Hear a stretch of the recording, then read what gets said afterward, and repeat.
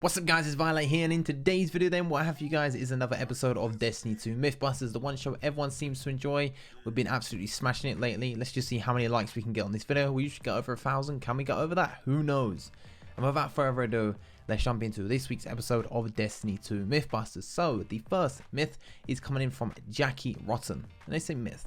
In Destiny 1, Celestial Nighthawk, the perk said that Golden Gun will do 6 times damage, but in Destiny 2 it just says it does more damage. Does it still do it 6 times the amount? So I used Sharpshooter for this on the Celestial Nighthawk or the Golden Gun skill tree itself, and what I did is I got a Celestial Nighthawk shot on the tank, and then what I also did is shoot it 3 times with the Nighthawk being off. What I'm going to show you on screen once the myth starts playing is the results of the Nighthawk, and then I'm going to show you the results of 3 shots, and then I'm also going to show you the answer of the first shot of the 3 shots being times by 6, because the shots go up in damage when you do 3 shots. It did like 2,000 and something, then 3,000 when you do 3 shots and you have Sharpshooter on. So I'll do times by 6 for the first shot of that, and then I'll also do those 3 shots times by 2 to see if that makes any difference as well, and I will show the answers on screen. So without further ado, let's finally show this one.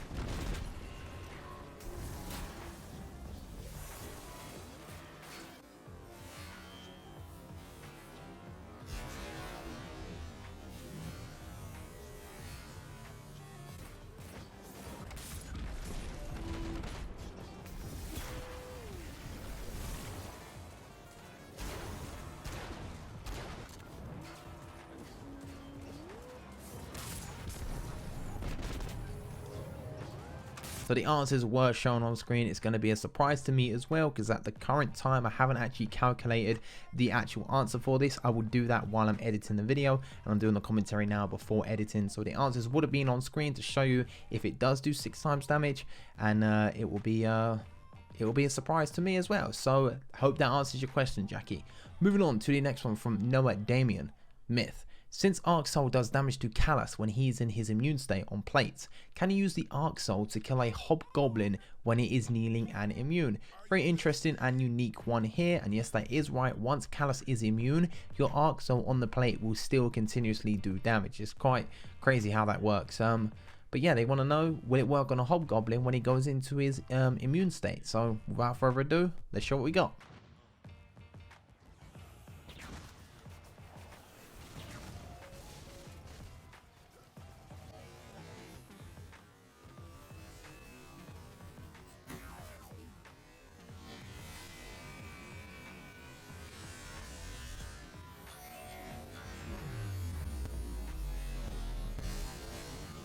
And that gameplay there, I know he was in his immune state for a very short time. We can only get Arc Soul off for a very short time, but it did show the fact that he was still immune while shooting him with Arc Soul.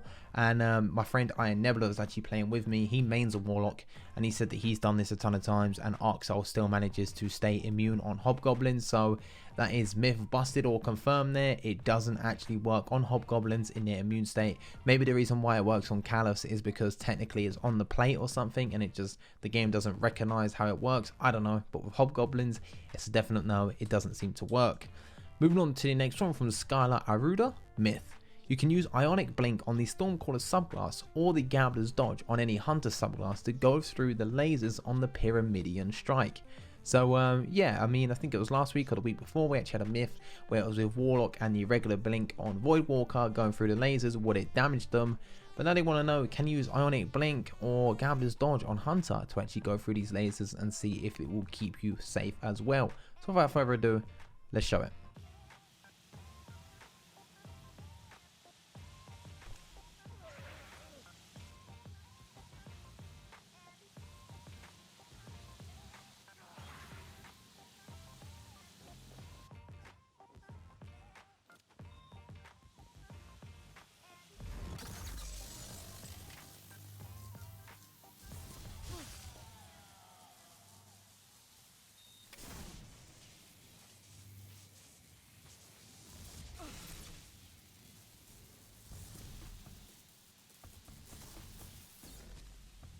So from that gameplay there, as you saw with the Stormcaller, if you do Ionic Blink at the precise moment at the best time, it will in fact work. You won't get hurt. But Gambler's Dodge, we tried it a couple of times, it didn't seem to work any of the times we managed to do it. But Ionic Blink, you have to be perfect timing, but you can manage to get through with Stormcaller as well. So let's move on to the next one, which is from Oko Heinlo or Heinlo. Don't know how to pronounce that name, I'm very sorry about that, but nevertheless, let's say, can you get your super back after switching subclasses with the Skull of Dire Ahamkara? Now, what the exotic helmet does for Warlocks on Destiny 2 is once you get a kill with Nova Bomb, it will then recharge your super as well. So kills with Nova Bomb recharge your super. So if you chuck a Nova Bomb and it kills someone with the Skull of Dire Ahamkara on, your super bar will start to recharge.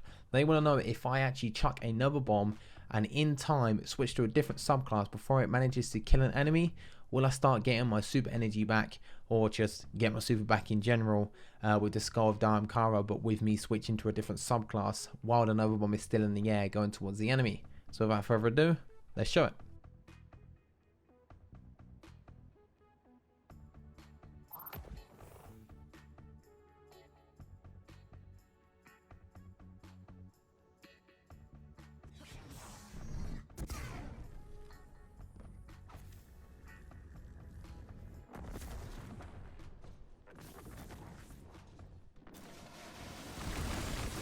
Unfortunately, no, it does not work. You cannot chuck a Nova Bomb, switch to a different subclass, and then see if it will charge your super. We have plenty of time to do this. As you can see in the Leviathan raid, we managed to chuck a Nova Bomb.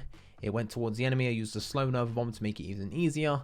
And once we did that, we switched to a different subclass, and unfortunately once it killed the Cabal, our super bar didn't go up one bit. I mean, I'm pretty sure it might have went up a very tiny bit for getting a kill, but in terms of the way the actual Skull of Dire Ahamkara works, it didn't do anything for it. Unfortunately, maybe it's because the game recognizes that you need to have Voidwalker on in the first place to actually recharge Nova Bomb. But yeah, unfortunately it did not work. Moving on then to the next one, which is coming in from the Duckinator, and I'm pretty sure this is the last and final one. Myth. You can do more damage with an Empowering Rift, also equipping a Scorch Cannon on top of that. So this is pretty simple. All we managed to do here is go into Titan, do the public event where the tank spawns in. I shot it once at the front of the tank with like the shell part of it to actually get damage, and then I put my Empowering Rift down and shot the same place to see if it would do any different damage, and these are results we got.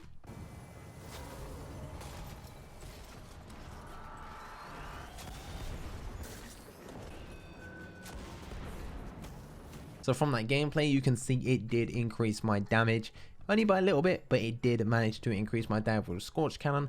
Pretty sure a lot of people knew this was going to work anyway, but you know, people want to see it, people want to see this kind of stuff, and I try to pick as many as I can in the comment section, try and get through a lot that you guys want to see. As well, I try to pick ones that are like washed out in the comment section, like this one. It didn't get a lot of likes, but I thought it was an interesting one anyway.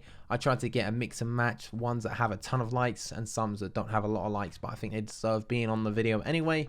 But yeah, one thing you can do to help me pick myths is when people write them down in the comment section, thumbs up the ones you really want to see, and that helps me kind of put those at the priority spot to get to say, okay, they really want to see these, let's do these ones. And yeah, I know there is one that people really want me to do, and I don't know if I can do it till private matches come out. I'm going to be honest with you. It is a myth that I've seen on the past 3 Mythbusters episodes, and it is, can the tractor cannon blow back a rocket being shot at you? But of course, at the moment we don't have private matches, and the chances of me going into a Crucible match with my tractor cannon, being able to get power ammo, and the enemy actually getting a rocket and them shooting it at me is very slim, and it would take a very long time to try and get it. But you know, once private matches come out in early 2018, I'm hoping it's sometime in January, then we should be able to do that straight away for you guys. So hopefully you can bear with me on that one. Maybe I'll try and just play Crucible for an hour each day and try and get it done. I don't know. But unfortunately, ones like that are really hard to record because we don't have private matches at the moment. But yeah, nevertheless, I hope you have enjoyed this episode of Destiny 2 Mythbusters. If you have, like I said at the start of the video, leave a like. That's always greatly appreciated. It helps support the video. It helps the video get seen by a lot more people, because YouTube recognizes that this video is, like, I guess, doing well because there's loads of likes, loads of people watching, etc. So it pushes it up in the search. So leaving a like always helps your favorite creators. It helps me, and of course your favorite creators. So, you know, if If there's people out there like me and your favorite creators that ask for a like, it's simple. Just click the like button. Trust me, it helps more than you think, and it only takes a couple of seconds just to click a button or tap on your phone to hit the like button. Subscribe to the channel if you want to. If you're new around here, if you like this kind of stuff, then definitely subscribe. I do this every single week with other games as well. We have Call of Duty World War II Mythbusters. I'm going to be introducing Overwatch Mythbusters once again. I'm also going to be introducing Rainbow Six Siege Mythbusters as well, and maybe Fortnite Mythbusters. I'm 50-50 on that, but I need to make my mind up soon because you know, Fortnite's a good game, and I don't want the game to die. And you know, the more content there is on YouTube for Fortnite, the more people are going to be interested in the game. So yeah, like I said, I hope you have enjoyed. My name has been Violate. Comment your Mythbusters for next week's episode, and I'll see you guys on the next video.